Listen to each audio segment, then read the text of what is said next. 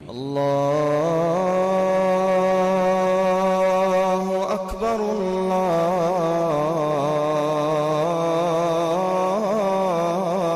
الله أكبر.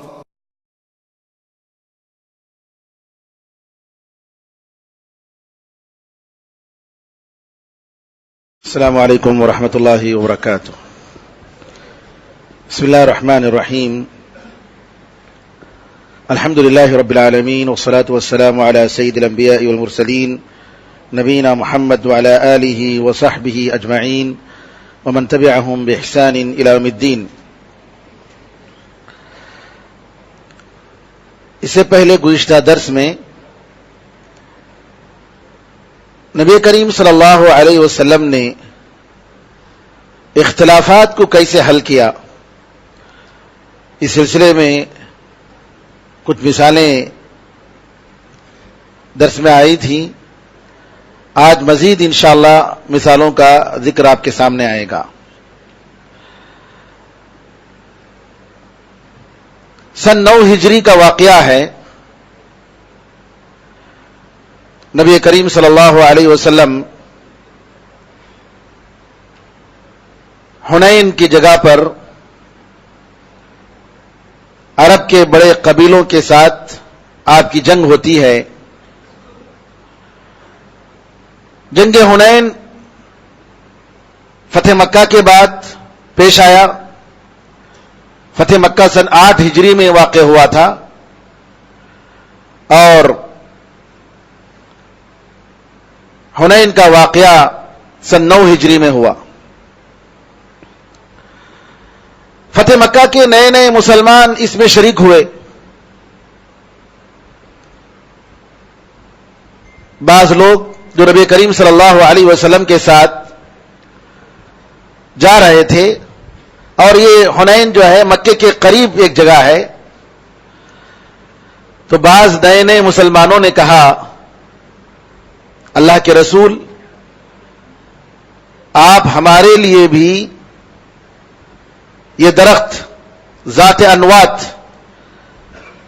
جہاں کفار اور مشرکین اپنی تلواروں کو اور اپنے اسلحے کو برکت کے لیے رکھے ہوئے ہیں، ہمارے لیے بھی کوئی درخت بتا دیجئے تاکہ ہم اپنے اسلحے کو وہاں رکھیں.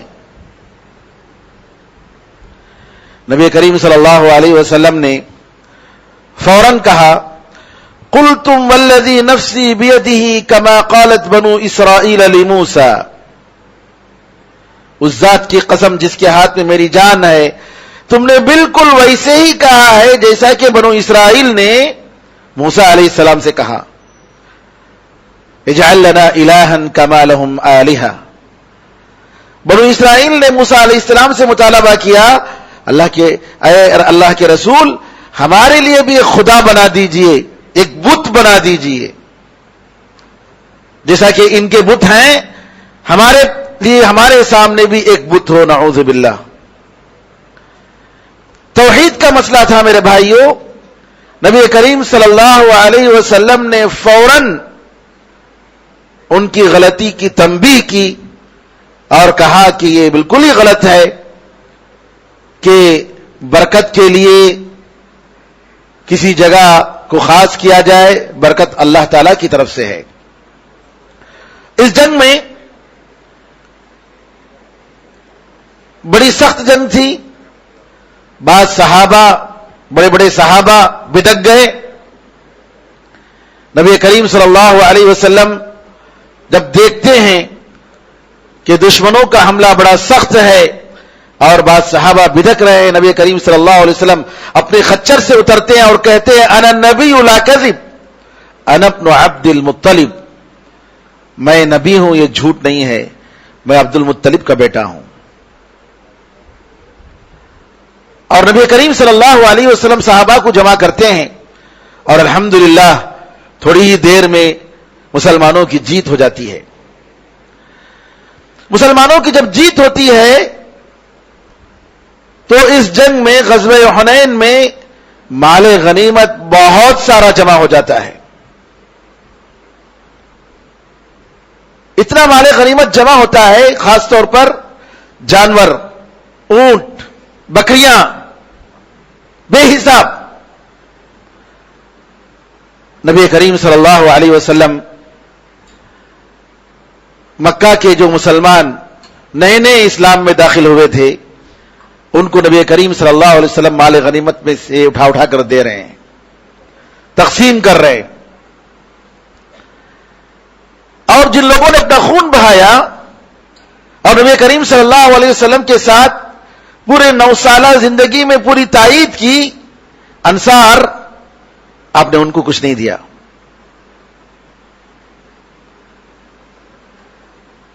نبی کریم صلی اللہ علیہ وسلم اتنا دیتے ہیں کہ ایک صحابی کو ایک وادی میں دیکھتا ہے بکریوں کا مجموعہ ہے، بہت زیادہ بکریاں 2 پہاڑوں کے درمیان. تعجب سے وہ دیکھتا ہے. نبی کریم صلی اللہ علیہ وسلم کہتے ہیں کہ تمہیں پسند ہے؟ کہا ہاں. کہا لے لو.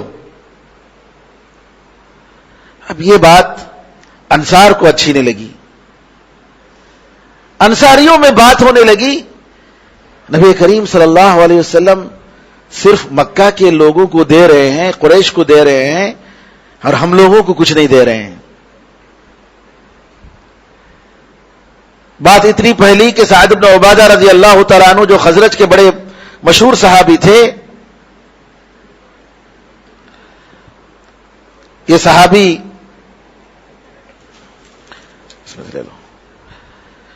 یہ مشہور صحابی نبی کریم صلی اللہ علیہ وسلم کے پاس آتے ہیں، آ کر کہتے ہیں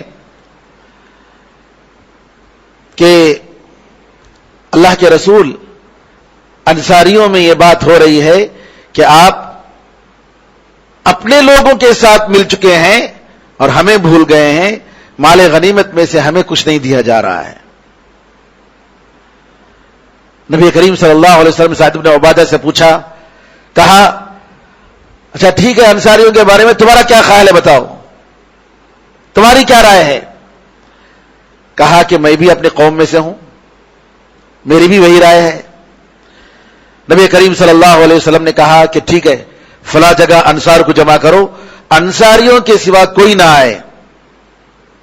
بعض خاص مہاجرین میں سے بعض خاص صحابہ تھے، ان کو اجازت دی گئی، باقی سب کے سب انصاریوں کو ایک جگہ جمع کیا گیا. یہاں دیکھیے نبی کریم صلی اللہ علیہ وسلم کتنی حکمت عملی کے ساتھ اس بڑے مسئلے کو حل کرتے ہیں. اگر اس مسئلے کو چھوڑ دیا جاتا اور نبی کریم صلی اللہ علیہ وسلم کہتے کہ چلو دیکھا جائے گا، بعد میں حل کر لیں گے، مدینے میں جا کر بات کر لیں گے، تو یہ مسئلہ جو ہے بڑا بن سکتا اور اس کی وجہ سے بڑے فتنے ہو سکتے تھے. یہ نبی کریم صلی اللہ علیہ وسلم کی خوبی تھی کہ جب بھی کوئی فتنہ آتا فوراً اس کو دبانے کی کوشش کرتے، فوراً اس فتنے کو آگے بڑھنے کا موقع نہیں دیتے. انصاریوں کو جمع کیا، کہا، اللہ کی تعریف کی، پھر فرمایا اے انصاریو، اے انصار کی جماعت، بتاؤ کہ تمہارے بارے میں ایک بات مجھے پہنچی ہے اور یہ کہ تم مجھ پر ناراض ہو، کیا یہ حقیقت ہے؟ سب کے سب خاموش. نبی کریم صلی اللہ علیہ وسلم نے اس کے بعد فرمایا، انصاریوں ذرا بتاؤ، کیا میں جب آیا تمہارے پاس تو تم گمراہ نہیں تھے اور اللہ تعالیٰ نے میرے ذریعے تمہیں ہدایت دی؟ کیا یہ حقیقت نہیں؟ کیا تم محتاج نہیں تھے اور اللہ تعالیٰ نے میرے ذریعے تمہیں مالدار اور بے نیاز بنایا؟ اور جب میں تمہارے پاس آیا تو تم آپس میں ایک دوسرے کے دشمن تھے اور اللہ تعالیٰ نے میرے ذریعے تمہارے درمیان محبت ڈال دی اور جوڑ دیا. انصاریوں نے کہا، کیوں نہیں اللہ کے رسول، ضرور آپ کی بات صحیح ہے، اللہ اور اس کے رسول کا بہت بڑا احسان ہے ہمارے اوپر. نبی کریم صلی اللہ علیہ وسلم نے پوری تاریخ ان کو یاد دلا دی. پھر اس کے بعد نبی کریم صلی اللہ علیہ وسلم نے سوال کیا، انصاریو تم کیوں جواب نہیں دے رہے ہو؟ میں جو بول رہا ہوں اس کا جواب تو دے سکتے ہو. صحابہ نے کہا، اللہ کے رسول ہم کیا جواب دیں، اللہ اور اس کے رسول کا احسان ہی ہم پر زیادہ ہے. پھر نبی کریم صلی اللہ علیہ وسلم نے انصاریوں کو ان کی زبانی جواب دیا، کہا کہ اگر تم چاہو تم یہ کہہ سکتے ہو اور تمہاری بات صحیح ہوگی اور یہ مانی جائے گی، تم چاہے تو کہہ سکتے ہو اے رسول اللہ صلی اللہ علیہ وسلم، آپ ہمارے پاس آئے تو لوگ تمہیں جھٹلا رہے تھے، لیکن ہم آپ پر ایمان لائے، ہم نے آپ کو سچا کہا، ہم نے آپ کی تصدیق کی۔ آپ چاہے تو یہ کہہ سکتے تھے اے محمد صلی اللہ علیہ وسلم، آپ جب آئے مدینہ تو بے یار و مددگار تھے اور ہم نے آپ کی مدد کی۔ آپ چاہے تو کہہ سکتے تھے کہ آپ کو بھگایا گیا، آپ کو کوئی جگہ نہیں دے رہے تھے اور ہم نے آپ کو پناہ دی۔ اور آپ چاہے تو اے انصاریوں یہ کہہ سکتے ہو، میرے سوالوں کا یہ جواب دے سکتے ہو کہ تم محتاج تھے محمد صلی اللہ علیہ وسلم اور ہم لوگوں نے آپ کی مواسات کی، آپ کی ہمدردی کی۔ نبی کریم صلی اللہ علیہ وسلم کہتے ہیں تو انصاری کہتے ہیں نہیں اللہ کے رسول، اللہ اور اس کے رسول کا احسان ہم پر بہت زیادہ ہے، ہمارا کچھ نہیں ہے۔ اس کے بعد نبی کریم صلی اللہ علیہ وسلم کہتے ہیں اے انصاریوں، کیا تمہیں اس بات پر ناراضگی ہے، کیا تم اس وجہ سے مجھ سے ناراض ہو کہ میں دنیا کی ایک معمولی چیز دے کر ان لوگوں کے ایمان کو میں مضبوط کر رہا ہوں اور ان کا دل جوڑ رہا ہوں تاکہ وہ مسلمان ہو جائیں اور ان کا ایمان مضبوط ہو جائے، اور تمہارے اسلام کو میں نے اللہ کے حوالے کیا ہے، تمہارے ایمان کو میں نے اللہ کے حوالے کیا ہے۔ مجھے معلوم ہے کہ اگر میں نہیں دوں گا تب بھی تم مسلمان رہو گے، تب بھی تمہارا ایمان رہے گا، لیکن مجھے ان لوگوں کے بارے میں خطرہ ہے کہ اگر میں ان کا دل نہیں جوڑوں گا تو کہیں یہ لوگ مرتد نہ ہو جائیں یا دین سے کہیں بھاگ نہ جائیں۔ میں ان کے دین کو مضبوط کرنے کے لیے، میں ان کے ایمان کو مضبوط کرنے کے لیے میں نے ان کو دیا ہے۔ نبی کریم صلی اللہ علیہ وسلم کے جملے ذرا غور کیجیے، اے انصاریوں، کیا تمہیں یہ پسند نہیں ہے کہ لوگ بکرے اور اونٹوں کو لے کر جائیں اور تم اپنے گھر محمد رسول اللہ کو لے کر جاؤ؟ سبحان اللہ، کتنا بہترین جملہ دیکھیے کہ لوگ اونٹوں کو اور بکروں کو لے کر جا رہے ہیں اور تم اپنے ساتھ محمد رسول اللہ، اللہ تعالیٰ کے رسول اللہ صلی اللہ علیہ وسلم کو لے کر جا رہے ہیں، کیا اس بات سے تم راضی نہیں ہو؟ پھر آپ نے کہا اس ذات کی قسم جس کے ہاتھ میں محمد کی جان ہے، اگر ہجرت نہ ہوتی تو میں بھی انصاریوں میں سے ایک فرد ہوتا، میں مدینے میں ہوتا، میں مدینے میں پیدا ہوتا۔ اور آپ نے فرمایا اگر لوگ ایک راستہ اپناتے ہیں، ایک گاٹی پر چلتے ہیں اور انصار کسی اور راستے کو اپناتے ہیں تو میں لوگوں کا راستہ چھوڑوں گا اور انصاریوں کے راستے کو میں اپناؤں گا۔ پھر آپ نے دعا کی اے اللہ انصاریوں پر رحم فرما، انصار کے اولاد پر رحم فرما، ان کے اولاد پر رحم فرما۔ اس کو سن کر انصاری رونے لگے، اتنا روئے کہ ان کی داڑھی بھیگ گئی اور انہوں نے کہا کہ رسول اللہ صلی اللہ علیہ وسلم سے ہم بالکل راضی ہیں، اللہ کے رسول آپ کی تقسیم سے ہم بالکل راضی ہیں، ہمارے دل میں کسی بھی قسم کی کوئی خلیش نہیں ہے۔ میرے بزرگوں ذرا غور کریں، نبی کریم صلی اللہ علیہ وسلم ایک امیر کے طور پر، ایک ذمہ دار کے طور پر اختلاف کو کس طریقے سے حل کرتے ہیں، کیسے لوگوں کا دل جوڑتے ہیں۔ مصیبت کے وقت، فتنوں کے موقع پر کہ بات کہیں بڑی نہ ہو جائے، اعتراض کو سنتے ہیں، غصہ نہیں کرتے ہیں، ناراض نہیں ہوتے ہیں اور بیٹھ کر سمجھاتے ہیں۔ اور آج میرے بھائیوں ہمارے اندر کتنے اختلافات ہیں، ہمارا یہ خیال ہے کہ ان اختلافات کو ہم حل کرنے کے لیے ٹیبل پہ بیٹھیں، سب سے پہلے تیار ہو جائے کہ ان اختلافات کو حل کرنا ہے۔ اپنی جماعت میں کتنے اختلافات ہیں، مسلمانوں میں کتنے اختلافات ہیں، سارے اختلافات آپس میں بیٹھ کر اطمینان سے بات چیت کر کے حل کیا جا سکتا ہے، سارے مسائل کا حل نکل سکتا ہے، بشرطے کہ اخلاص ہو، بشرطے کہ اخلاص ہو۔ اللہ کو راضی کرنا اگر مقصد ہے اور اگر ہمارے دلوں میں کسی منصب کی تلاش، کسی دنیا کا مقصد، کوئی ہدف نہیں ہے تو ضرور اللہ تعالیٰ دلوں کو جوڑتا ہے۔ ضرورت ہے اس بات کی کہ ہم بیٹھیں، اخلاص کے ساتھ بیٹھیں، للہیت کے ساتھ بیٹھیں اور یہ منصب اور یہ پوسٹ اور یہ دنیا کی جتنی چیزیں جن کی وجہ سے ہماری جماعت تتر بتر ہو چکی ہے، ہمارے اندر اتنے اختلافات نعوذ باللہ، اور اس کی وجہ سے امت کا نقصان، دین کا نقصان، دعوت کا نقصان، میرے بزرگوں سارے مسائل حل ہو سکتے ہیں۔ جماعت کی بات کرتا ہوں میں، امت کی بات کرتا ہوں میں، لوگوں کی بات کرتا ہوں، ارے خاندان کی بات کریں، بھائی کے ساتھ بیٹھنے کے لیے تیار نہیں ہے، بھائی سگا بھائی بیٹھنے کے لیے تیار نہیں ہے، کس وجہ سے؟ ایگو ہے ہمارے اندر۔ یہ کیسا ایگو ہے نعوذ باللہ؟ یہ کیسی غیرت جس کی وجہ سے اللہ تعالیٰ ناراض ہو؟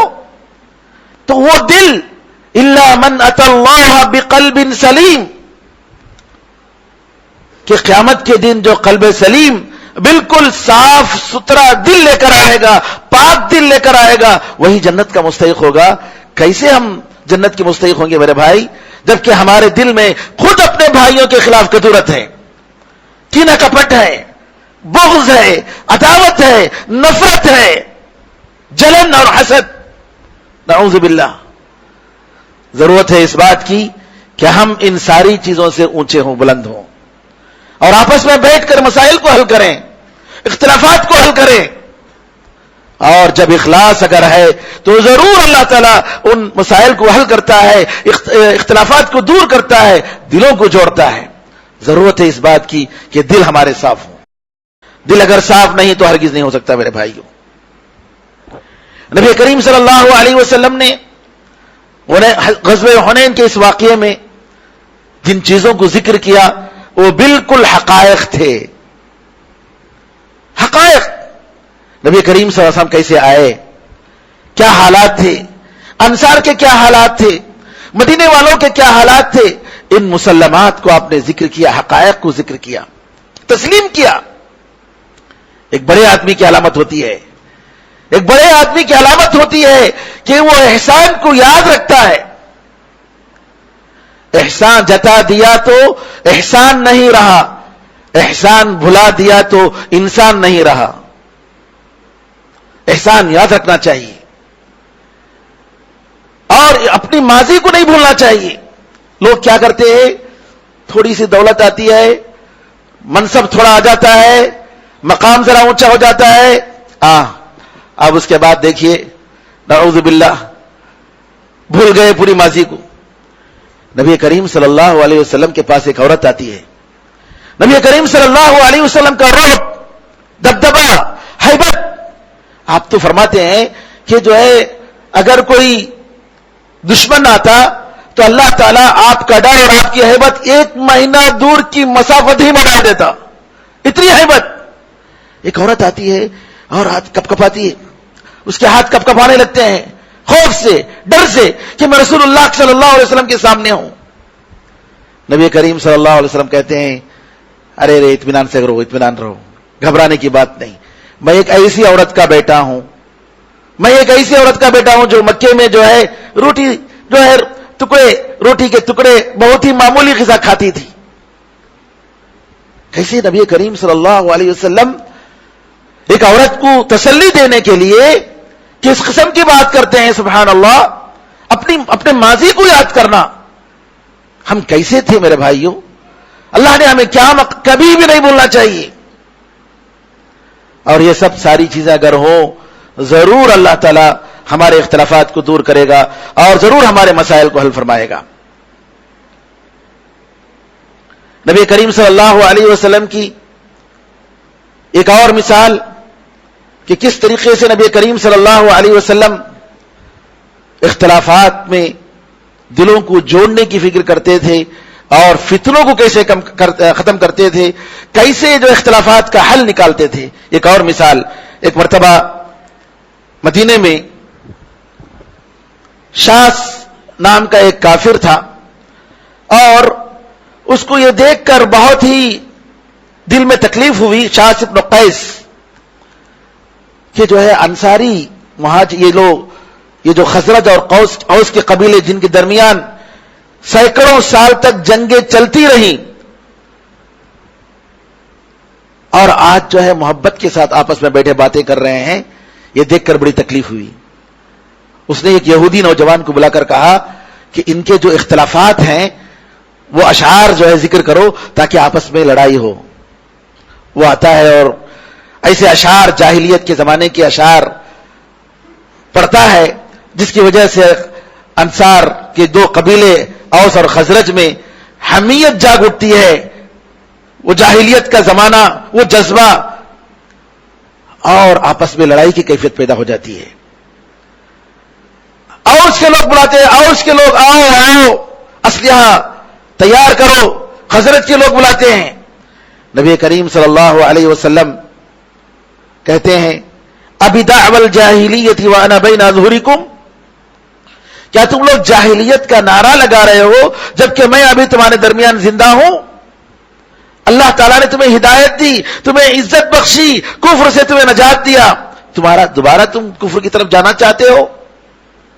اس طریقے سے نبی کریم صلی اللہ علیہ وسلم وہاں انصار کے مسائل کو حل کرتے ہیں اور آپس میں دوبارہ جو ہے حالات کو جو ہے معمول بناتے ہیں. نبی کریم صلی اللہ علیہ وسلم کی زندگی میں ایسے واقعات، اختلافات کے حل کے لیے قرآن کریم کا اصول ہے میرے بھائیوں، فَإِن تَنَازَعْتُمْ فِي شَيْءٍ فَرُدُّوهُ إِلَى اللَّهِ وَالرَّسُولِ. کسی بھی مسئلے میں اگر اختلاف ہو جائے اس کو اللہ اور اس کے رسول صلی اللہ علیہ وسلم کی طرف لوٹاؤ، اس میں حل تلاش کرو.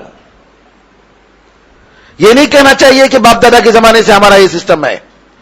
یہ نہیں کہنا چاہیے کہ نہیں میں یہ بات مانوں گا، یہی ہے، میرے والدہ نے کہا، میرے فلاں نے کہا. نہیں، قرآن اور حدیث کا حکم، وہاں سارے مسائل حل ہوتے ہیں. نبی کریم صلی اللہ علیہ وسلم کے زمانے میں آپ دیکھیں گے، صحیح مسلم کی حدیث ہے، انس رضی اللہ عنہ فرماتے ہیں کہ ربیع بنت نضر ایک مرتبہ، یہ قریش کی ایک عورت، بڑے اچھے خاندان کی عورت، یہ ایک انصاری کی ایک بچی، ایک لڑکی سے لڑتے ہوئے اس کا دانت جو ہے توڑ دیتی ہے، سامنے کا دانت. اسلام میں یہ ہے کہ اگر کوئی کسی کا دانت توڑ دے تو دانت کے بدلے میں دانت، الا یہ کہ وہ لوگ معاف کر دیں یا اس کے بدلے میں دیت دیں، دیت پیسے دیں، اور وہ پیسہ دے کر اگر وہ تیار ہو جاتے ہیں، لے کر تیار ہو جاتے ہیں تو کوئی حرج نہیں. اب یہاں جھگڑا ہے کہ قریش کے لوگ ایک طرف ہیں، انس بنت نضر ان کے بھائی ربیع بنت نضر کے، وہ کہہ رہے ہیں کہ جو ہے آپ لوگ فدیہ لے لیجئے، پیسے لے لیجئے اور چھوڑ دیجئے، معاف کر دیجئے گا. جس عورت کے دانت ٹوٹے تھے ان کے لوگوں نے کہا نہیں، ہمیں پیسہ نہیں چاہیے، ہم دانت کے بدلے میں دانت ہی لیں گے، دانت کے بدلے میں دانت لیں گے. ربیع بنت نضر کے دانت کو توڑا جائے گا. انس بن نضر ان کے بھائی، بڑے نیک صحابی، بڑے نیک صحابی، ان کو پتا چلتا ہے، وہ کہتے ہیں اللہ کے رسول، ربیع بنت نضر میری بہن کا دانت توڑیں گے؟ ہرگز نہیں. کیسے؟ لا والذی بعثک بالحق لا تکسر ثنیتها، ہرگز نہیں، اس ذات کی قسم جس نے آپ کو حق کے ساتھ بھیجا ہے، ربیع کے دانت کو نہیں توڑیں گے. نبی کریم صلی اللہ علیہ وسلم کہتے ہیں انس، کتاب اللہ القصاص، یہ اللہ کی کتاب کا فیصلہ ہے کہ قصاص یہاں لیا جا سکتا ہے، اور جب وہ لوگ مطالبہ کر رہے ہیں قصاص کا تو قصاص ہمیں دینا پڑے گا، دانت کو توڑنا پڑے گا. کہتے ہیں کہ نہیں، اللہ کے رسول، لا والذی بعثک بالحق، اس ذات کی قسم جس کے ہاتھ میں میری جان ہے، ربیع کی دانت کو نہیں توڑیں گے. یہ کہہ رہے تھے، اتنے میں وہ لوگ تیار ہو گئے. انصار کے لوگوں نے کہا کہ چلو ہم جو ہے دیت لیتے ہیں اور معاف کر دیتے ہیں. نبی کریم صلی اللہ علیہ وسلم نے فرمایا اللہ کے بندوں میں کچھ ایسے بندے بھی ہیں کہ اگر وہ اللہ پر قسم کھاتے ہیں تو اللہ تعالیٰ ان کے قسم کو پورا کر کے رکھتا ہے. انس بن نضر بڑے نیک صحابی، بڑے متقی، بڑے پرہیزگار، اور اللہ تعالیٰ پر جو انہوں نے قسم کھائی اللہ تعالیٰ نے ان کی قسم کو پورا کر کے رکھا. لیکن یاد رکھیے نبی کریم صلی اللہ علیہ وسلم اللہ تعالیٰ کی کتاب کا حوالہ دے کر انس رضی اللہ عنہ کہتے ہیں کہ اللہ کی کتاب کا یہ فیصلہ ہے تو یہ ماننا پڑے گا.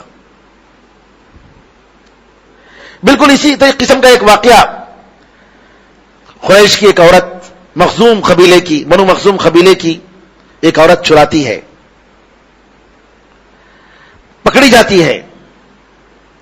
قریش کے لوگوں کو بڑی تکلیف ہوتی ہے، ارے شریف عورت کیسے ہم اس کا ہاتھ کاٹیں. اور اسلام کا قانون یہ ہے کہ اگر کوئی عورت مقدار ہے مال کا کہ ربع دینار، تقریباً آج کے حساب سے 55 ریال، 55 ریال کا مطلب تقریباً یہ سمجھ لیجئے 700 روپے، 700 روپے کے مقدار کی کوئی چیز چرائے اور اس کی کیفیت اور اس کے شروط، تو ایسے موقع پر اس کا ہاتھ کاٹا جائے گا. اسلام کا قانون ہے، دایاں ہاتھ کاٹا جائے گا، ہتھیلی. نبی کریم صلی اللہ علیہ وسلم کے پاس مسئلہ آتا ہے. لوگ کہتے ہیں کہ کیسے ہم نبی کریم صلی اللہ علیہ وسلم سے بات کریں. نبی کریم صلی اللہ علیہ وسلم کے بڑے پیارے لاڈیلے اسامہ بن زید ہیں، ان سے کہتے ہیں اور اسامہ بن زید رضی اللہ تعالیٰ عنہ نبی کریم صلی اللہ علیہ وسلم کے پاس سفارش کریں گے.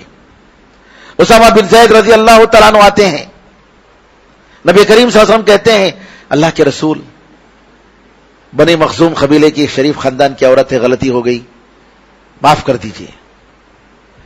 نبی کریم صلی اللہ علیہ وسلم نے فرمایا اسامہ اللہ تعالیٰ کے قانون ایک حد کے بارے میں تم بات کرتے ہو، سفارش کرتے ہو، اتنی بڑی جرات؟ ہرگز نہیں. پھر آپ تقریر کرتے ہیں، لوگوں کو جمع کرتے ہیں، کہتے ہیں کہ پرانے لوگ اس لیے برباد ہوئے کہ ان میں اگر کوئی شریف آدمی چراتا تو اس کو معاف کر دیتے، اور اگر کوئی کمزور آدمی چراتا تو اس پر حد جاری کرتے. اللہ کی قسم اگر میری بیٹی فاطمہ بنت محمد بھی چراتی تو میں اس کا ہاتھ کاٹتا. اللہ اور اس کے رسول کا فیصلہ میرے بھائیوں، اللہ اور اس کے رسول کا فیصلہ.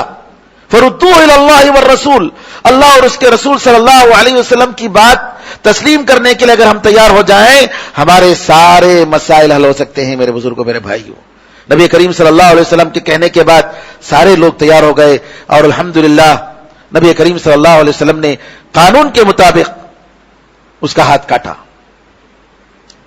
یہاں میں ایک نکتہ بتانا چاہتا ہوں، لوگوں میں خاص طور پر میاں بیوی کے تعلقات میں، خاندانوں میں اتنے مسائل بھرے پڑے ہیں ہمارے لوگوں میں کہ مت پوچھیے، اتنے مسائل.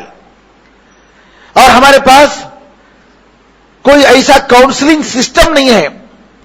ججمنٹ تو الگ بات ہے، دور کی بات، کاؤنسلنگ کہ کم از کم جو ہے ایسے مسائل کو حل کرنے کے لیے، میاں بیوی کے مسائل کو حل کرنے کے لیے تاکہ گھر ان کا آباد رہے. اس کا کتنا برا اثر پڑتا ہے بچوں پر. میاں بیوی کے درمیان جب اختلافات ہوں تو بچوں پر کتنا برا اثر پڑتا ہے. ہمارے پاس کاؤنسلنگ کا سسٹم نہیں ہے، اصلاح کرنے کا سسٹم نہیں ہے. جماعتوں کے درمیان کتنی جماعتیں ہیں، کتنی جگہ ہیں جہاں پر ہماری 2-2 3-3 جماعتیں ہیں. کیوں ہمارے اندر اتحاد اور اتفاق نہیں ہے؟ ضرورت ہے اس بات کی کہ ایسے لوگوں کو، ایسے علماء کی ٹیم بنائی جائے کہ جہاں وہ کاؤنسلنگ کریں، چاہے فیملی مسائل ہوں، چاہے وہ جماعت کے مسائل ہوں، مسلمانوں کے مسائل ہوں، غیروں کے مسائل ہوں. نبی کریم صلی اللہ علیہ وسلم ایک مرتبہ مسجد قباء جاتے ہیں کیونکہ وہاں معلوم ہوتا ہے کہ قباء والے آپس میں لڑنے لگتے ہیں. آپس میں لڑائی ہو گئی مسلمانوں میں، ایک دوسرے کے اوپر پتھر پھینکنے لگے. نبی کریم صلی اللہ علیہ وسلم نماز کا وقت قریب تھا پھر بھی گئے اور آتے تک جو ہے ظہر یا عصر کی نماز کا وقت ہو گیا اور لوگ انتظار کر کے بعد میں ابوبکر صدیق رضی اللہ تعالیٰ عنہ نے امامت کی اور اسی وقت نبی کریم صلی اللہ علیہ وسلم داخل ہوتے ہیں، پھر رسول اللہ صلی اللہ علیہ وسلم نماز میں کی امامت کرتے ہیں. ہمارے درمیان مسائل کو حل کرنے کے لیے صلح صفائی کا انتظام ہونا چاہیے. قرآن کریم میں اللہ تعالیٰ نے کہا لا خیر فی کثیر من نجواہم الا من امر بصدقۃ او معروف او اصلاح بین الناس. یہ لوگ آپس میں جو باتیں کرتے ہیں، سرگوشی، سیکریٹ باتیں، اس میں کوئی خیر نہیں ہے سوائے اس کے جو صدقے کا حکم دے، نیکی کا حکم دے، یا لوگوں کے درمیان اصلاح، صلح صفائی کا حکم دے۔ اگر کوئی اللہ تعالیٰ کی خوشنودی حاصل کرنے کے لیے ایسا کرتا ہے تو ہم اس کو اجر عظیم عطا فرمائیں گے۔ اور نبی کریم صلی اللہ علیہ وسلم فرماتے ہیں، ابو الدرداء رضی اللہ عنہ کی حدیث ہے، کیا میں تمہیں نفل نماز، نفل روزے اور نفل صدقے سے بھی افضل کام کیا ہے نہ بتاؤں؟ صحابہ نے کہا ضرور بتائیے اللہ کے رسول۔ تو نبی کریم صلی اللہ علیہ وسلم فرماتے ہیں، اصلاح ذات البین، آپس کے اختلافات کو دور کرنا، اصلاح کرنا، صلح صفائی کرنا، یہ بہت بڑا ثواب کا کام ہے، کیونکہ یہ دین کو ختم کر دیتا ہے۔ آپ فرماتے ہیں انہا الحالقہ، یہ منڈانے والی چیز ہے، شیو کر دیتی ہے۔ شیو منڈانے کا مطلب کیا ہے؟ آپ کہتے ہیں بال نہیں منڈاتی، دین کو منڈا دیتی ہے۔ اختلافات کی وجہ سے دین بھی چلا جاتا ہے۔ اس طریقے سے میرے بھائیوں، آپس میں صلح صفائی کرنا ایک بہت بڑا کار ثواب ہے، اور ہم لوگوں کو ضرورت ہے اس بات کی، خاص طور پر ہمارے ملک میں، کہ اس قسم کے جو دعویٰ سینٹر ہیں یا جمعیتیں ہیں، آرگنائزیشن ہیں، یہ ان کا کام ہے کہ اس فریضے کو نبھائیں۔ اللہ تعالیٰ سے دعا ہے کہ اللہ تعالیٰ ہم سب کو اللہ تعالیٰ کے فریضے کو صحیح طریقے سے نبھانے کی توفیق عطا فرمائے، ہمارے درمیان محبت ڈالے اور ہمارے اختلافات کو اللہ تعالیٰ ختم کرے۔ آمین ارحم الراحمین، الحمد للہ رب العالمین، وصلی اللہ وسلم علی نبینا محمد وعلی آلہ وصحبہ اجمعین، والحمد للہ رب العالمین، والسلام علیکم ورحمۃ اللہ وبرکاتہ۔